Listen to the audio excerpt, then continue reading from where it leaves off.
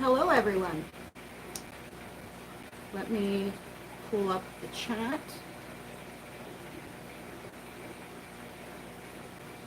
I hope everyone is doing well today. I thought that today we would take a look around the fish room, see how some things are doing, and then maybe go out to the greenhouse, maybe stop by my plant wall. Let me know in the comments what you would like to do today. Nice to see everyone filtering in.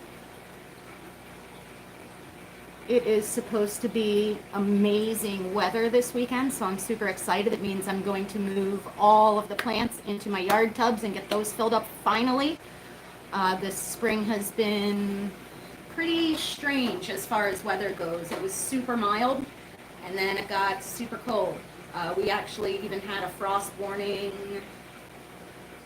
All my days are blending together. I think maybe it was last night. Zen Ginger asked me about using mosquito bits. Do I use them continuously throughout the tub season? No, only as I'm letting my tubs establish before I move fish out. Once I move fish out, they generally eat the mosquito larva pretty quickly once it shows up. I do use it in my shrimp tubs all season long. I have to redose it every few weeks, and it's such a minuscule amount with the bits that, you know, it's not a very expensive endeavor, and I'd just rather not contribute to the mosquito population. So, yeah, so I thought we'd just take a look around.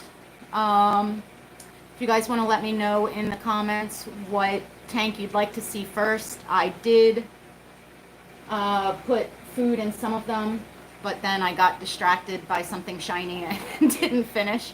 So some of them are baited and some of them aren't. Let's see.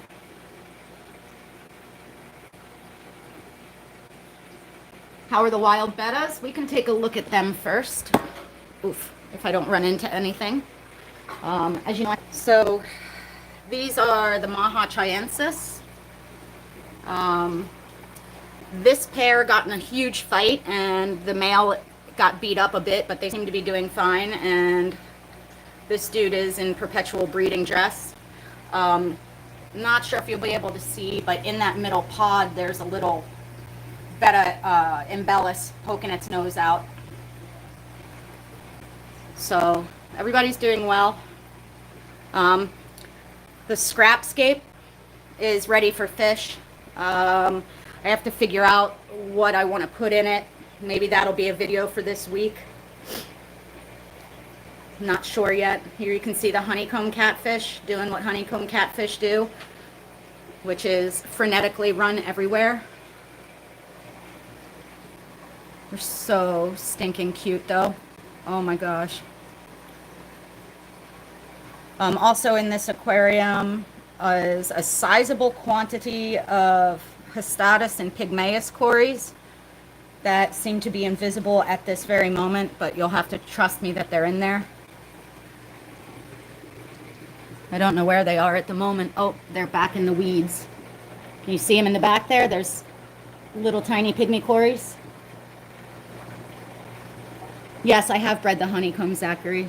Not this group yet, because I don't know why. It's the super red ancestris and filament tetras. Can you guys see how big the fry in here are getting? It's really incredible. Big Daddy's coming out. That's the dominant male there.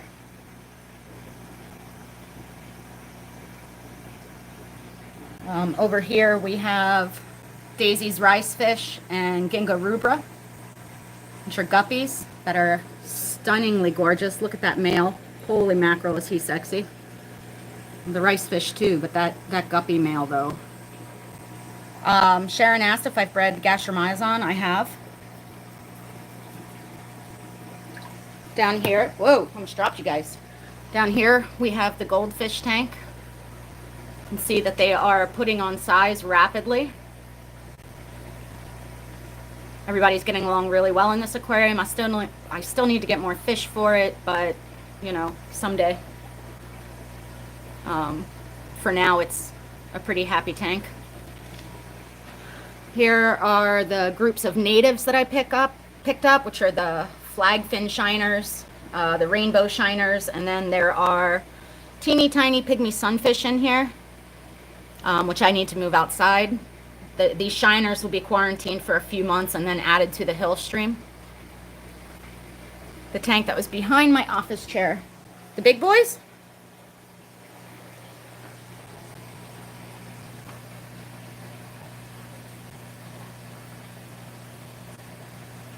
It's a Polypterus endlicari, a tropical gar, and then a Cuban gar is in there somewhere too. Oh, he's right there. I didn't even see him.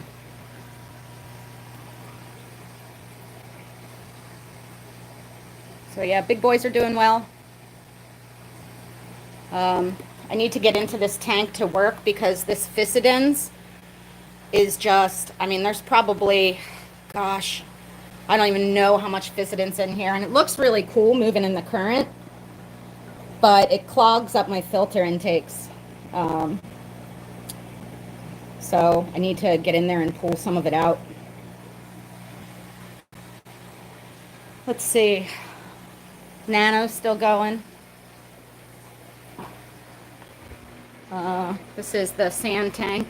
And you actually need to get in here and clean. You can see there's a fair amount of accumulated debris there. I just didn't get to it yet today. But interesting in this tank is that my lace plant, this giant plant, sent up a flower spike. These guys this plant gets a really, really cool purple ruffled flower. So once that opens, I'll be sure to film that for you guys as well. And then these are the Lacorti emperors, Espy rasboras, some Pyrrolina, and a metric ton of panda quarries. I do not let my lace plant go dormant, and it hasn't seemed to require it. I get a flower spike about twice a year, I guess. It's Captain Cranky Pants giving me the hairy eyeball. See if he'll do the Cranky Pants dance for you guys.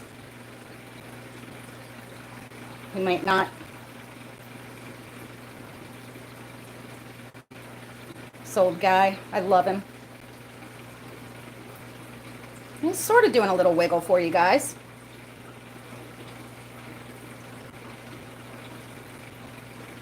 And then head and tail light tetras and ancestris, and there's a hypancestris contradens.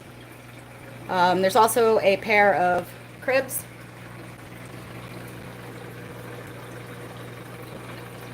Been looking very sexy lately. That female is bonkers pretty.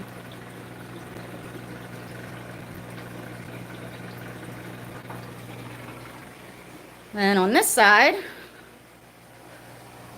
we've got the 75-gallon South American. There's laser cories and otocinclus and SB pencils and green neons. Triple red epistos.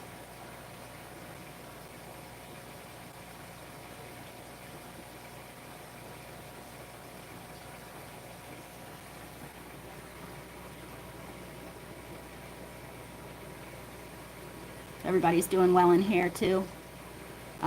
There's the second male that showed up last week by surprise. I'm not sure how many epistos are in here now.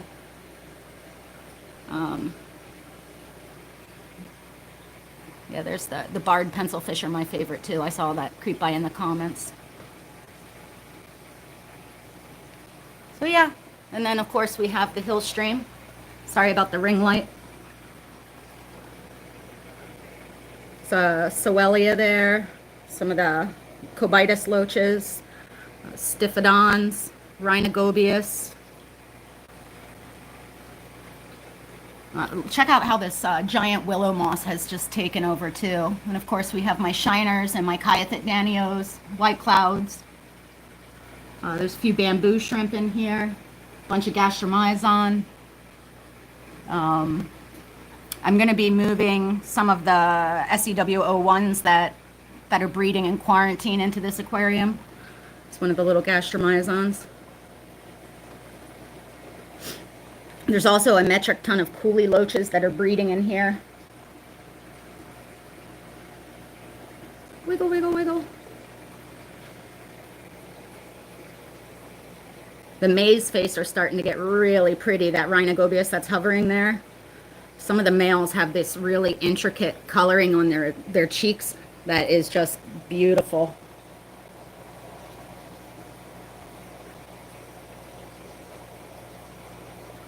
And of course the scarlet goby as well. I need to get him new ladies. His aged out. I don't see any of the, oh, there's the fan filter shrimp in the back corner against the wall.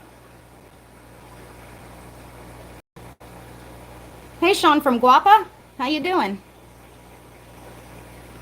Oh, there's a coolie loach right there up in the weeds. What a weirdo. Can you guys see it? In the bulbitis there. Rock Mongler asked how hard it is to find the native North American minnows. I go to a site called Sachs Aquaculture, S-A-C-H-S, and they have a lot of really good quality ones. That's where I purchase. Yellow shrimp.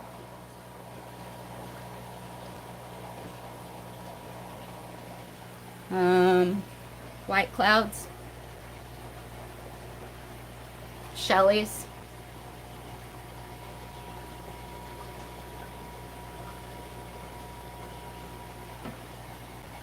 More of those wild bettas. Oh, there they go. I just scared the crap out of all of them. Flagfish.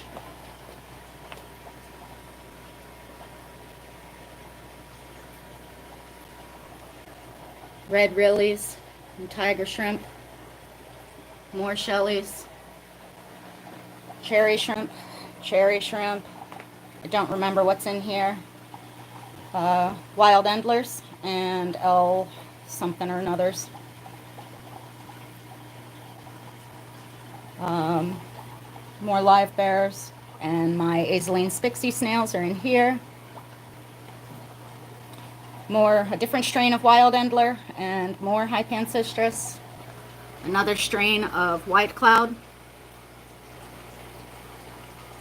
More flagfish. Blue shrimp.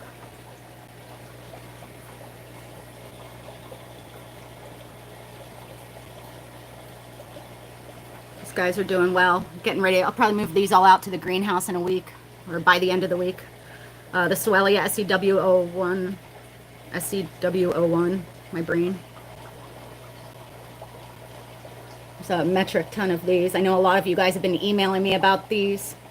Stay-at-home orders have been extended into June, so fingers crossed, maybe after those are lifted I can start shipping again. That mesh is for the eggs to fall through so that I get a higher yield. Least killies.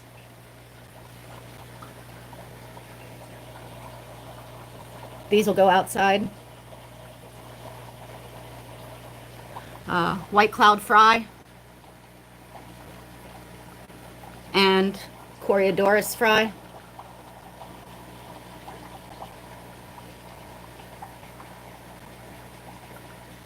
You guys just made a mess. Thanks a lot.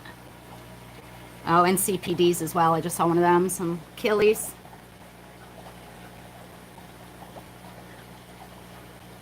I do have sparkling gourami. We can see if we can see them. They're in that tank that I still have yet to prune. That is so thick with plants you can't even see into it. There's one right there. Oh, now it's not. But yeah, there's sparkling gouramis and rosy loaches breeding in this hot mess. You can see how thick the plant growth is. I really need to get in here and do something about this. Oh, it's a mess. Oh, there's a sparkler right in the middle of the screen.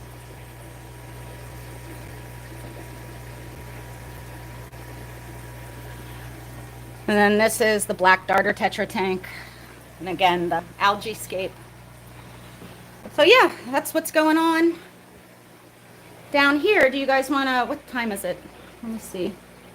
15 minutes in. I don't know if today will go a full hour or not. I'm gonna try and look at some questions now. Set you guys back up here. Sorry about that. Yeah, it's guppy grass, but it's a guppy grass that I got in Mexico.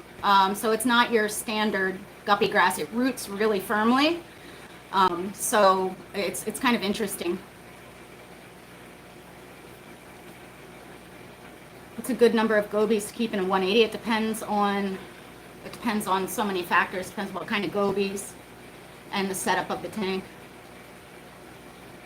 Any tips on breeding rainbow shiners outside the summer? Yeah, you need to provide a bunch of current and like a big dish of marbles or